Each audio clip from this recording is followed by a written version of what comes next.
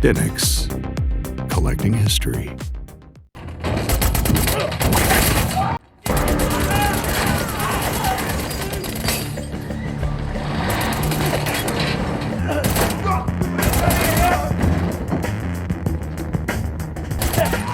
G'day, hi everyone.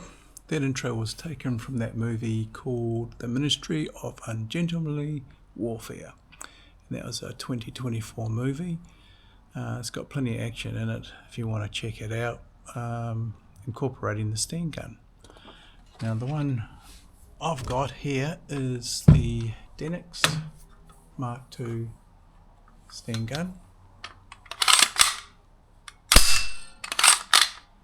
It's quite heavy. It's a nice reproduction. The Sten gun was developed around about 1939, 1940 it came out. And the reason the British made that was because buying these Thompson machine gun from the Americans cost about £150 each. And so they decided they couldn't afford that. They made the Sten gun, which cost them around about £10. So you could get 15 of these to one of these. So of course it was a no-brainer, so they switched to making the Sten gun. And the Sten gun is a real basic design, and they made it out of pressed metal.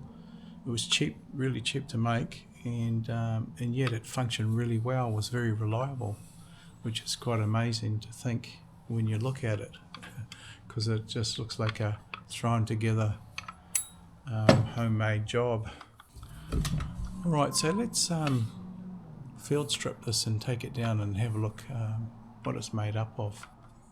All you really need is a screwdriver, and I've got this mallet. I'll show you why in a minute. Okay, let's remove the magazine first. Take off the rear buttstock. So you just push that in and slide that down.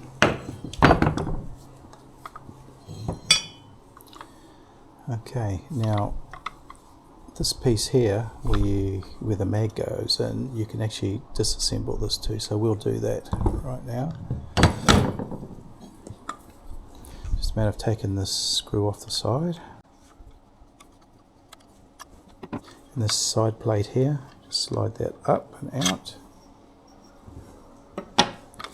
And you've got this piece here that you push down, spring in there, you've got to get that out, so just tilt it and that'll come out like that, and you can then just take this piece out. Okay, so now we need to take the bolt, spring and everything out, and you do that from here. So unscrew this piece, screw here first. There's a screw on top that you need to get undone. Now this here should just pop off, slide off, but I can never ever get that off easy. That's why I got the mallet. Because of the tension from the spring here pushing up against it, that's why it's difficult to get off. If I just try to pull that off, wow, okay, that surprised me. It's the first time that's come off so easy. Normally I've got to use that to tap it off. Take the spring out. So you can see with that back piece you've got a bit that sits on the end of the spring. Now the bolt, just slide that back to where it meets here, and that'll let you then pull that right out. Bit of pressure, just pull it out all the way like that. Now the bolt will now just come out. Bolt consists of two parts, this bit and that bit. Just pull them apart.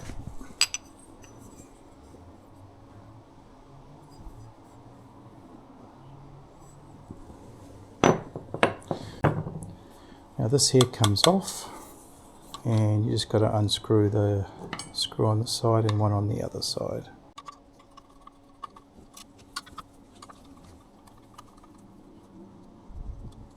Okay, and that should just come apart.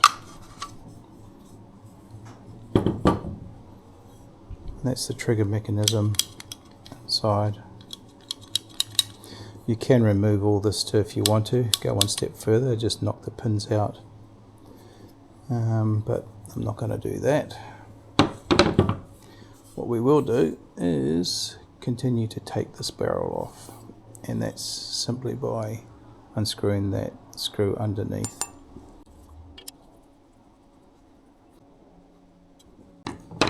And you just pull this towards you, and that should just come apart like that.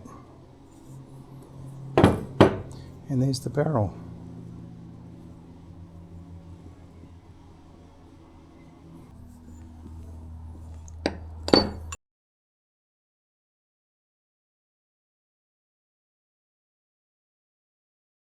Now let's get this all back together. So let's get the barrel, and you've got to line up these two holes. You got one here, one there, and just give it a little tap with a mallet so that they keep staying lined up.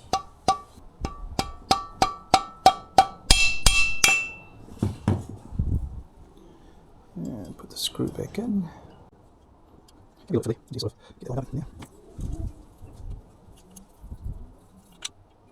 Okay, that's that done. Let's put this back together for the magazine. Okay, so we've got to get this in with the spring first.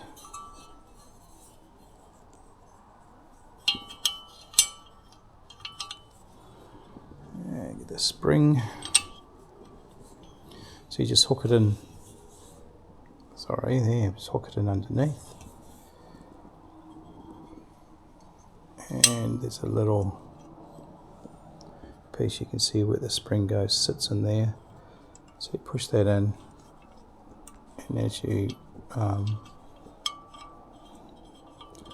okay, bring it around, you've got to try and keep that underneath. There we go. Can be a little bit fiddly to do that bit there. Get the side plate and slide that back on. This one. It's all working. Good. Okay, now we need to get this piece back on.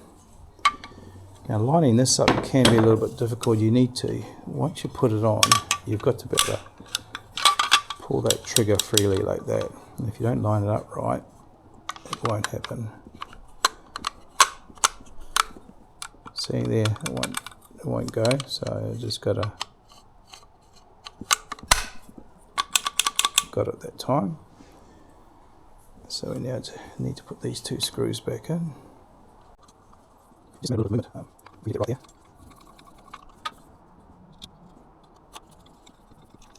there. Okay, so let's get the bolt back in. We need to put that together. Now the bolt, you can see it's got a flat piece here. If you look at it how it goes round, there's a flat bit. There's a flat piece in here. So you just got to line those two up so they slide in together like that. Okay. Now when you put the bolt in, the bit here that's cut out, it's got to line up with the bit that's cut out here. So you just slide that in. It all lines up there like that. You got to get this piece here back to here. To push that in, you got to pull the trigger, and that lets you slide it through.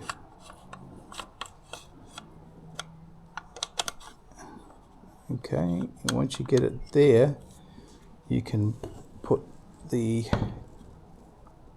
charging handle in. That's good. If you pull the trigger now, that'll slide forward to the end. Now you can put your spring in. There you go. And then you grab the back plate. Gonna make sure that goes in there because that sits over the spring, like so. Now when you push this in, it should just go in easily. You've got to get your screws in now. And the one on top. It's such a small screw with big fingers, makes it pretty difficult to sort of line up. Okay, next we put the stock on and the magazine in and test it out. Yep, all works good.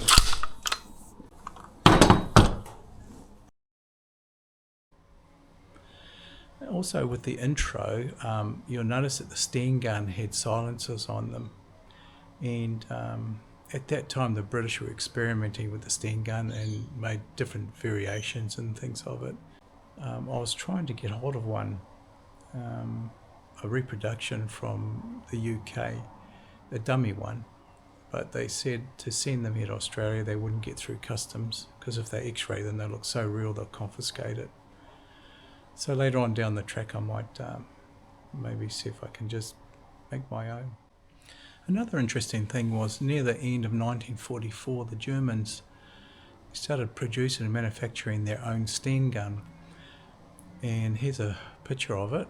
Now if you compare that to the real Sten gun you would never know the difference. That was produced by the British. They copied it almost right down to the very last screw. The reason they did that was near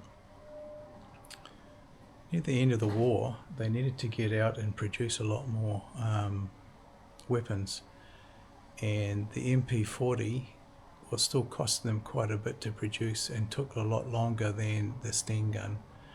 So they started knocking those out and getting them out to their troops. I think they produced just under 10,000 of those before the end of the war. And for the Germans to actually copy the Sten gun says a lot, because the Germans only made and put out quality machinery and goods. Okay, my thoughts on this Denix replica. It's well made, it's very, very heavy like I said before. You can disassemble it and reassemble it quite easily, and that's a lot of fun. It adds to the enjoyment of owning these replica firearms. I'm glad I added it to my collection. I've got the Thompson, the American submachine gun, and I've also got now the MP40, which is German. So obviously the next step would be to get the British Sten gun, and later I might look at getting the Russian machine gun. But yeah, it's a lovely addition to my collection, and I'm pleased I got it, and I recommend it if you're into collecting replica firearms. I don't think you'll be disappointed. Well, thanks for watching, and I hope you enjoyed that. Hopefully we'll catch you on the next one. Bye-bye.